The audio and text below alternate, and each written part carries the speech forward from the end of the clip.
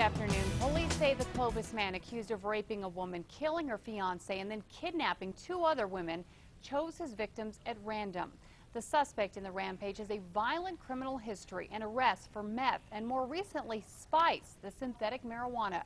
News 13's Gabrielle Burkhart talked to a hostage and a close friend of the murder victim.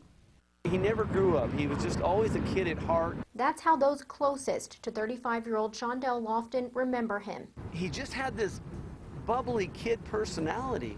I mean, it was incredible. Lofton was shot and killed Wednesday night inside this Clovis home. Police say the killer, 31-year-old Jimmy Reagan, had just raped Lofton's fiancée in the yard after he asked her for money and she said no. He then took two different women hostage. When Reagan ran across the street to find a getaway car, the two women saw him running toward them with a gun.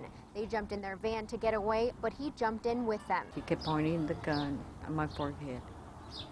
And then the driver, he just kept pointing that gun. This woman did not want us to show her face. She says it was a terrifying ride for her, but her friend remained calm. And she said after she kept on praying and praying that she felt like whatever was going to happen, but she wasn't scared. At one point, this woman was able to escape. She says Reagan then took her friend at gunpoint and after a short standoff with police was arrested. While the hostages try to recover emotionally, friends of Shondell Lofton are trying to come to grips with what happened to him. This Saturday, we have a party, and he and I were supposed to run it, and I think coming in the park is when it's going to really set into me that he's not coming back. Kelly Castle was Lofton's boss at Castle Land Fun Center, but he knew him most of his life and considered him more like a son.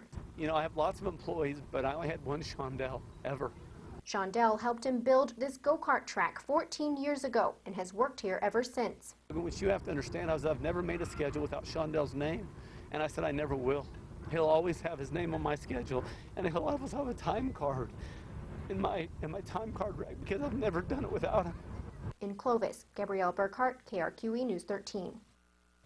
Now, police say Reagan, the suspect, also headbutted officers after they had him in custody. Police suspect he was on some kind of drug during the crime spree. Blood tests will determine if that's true.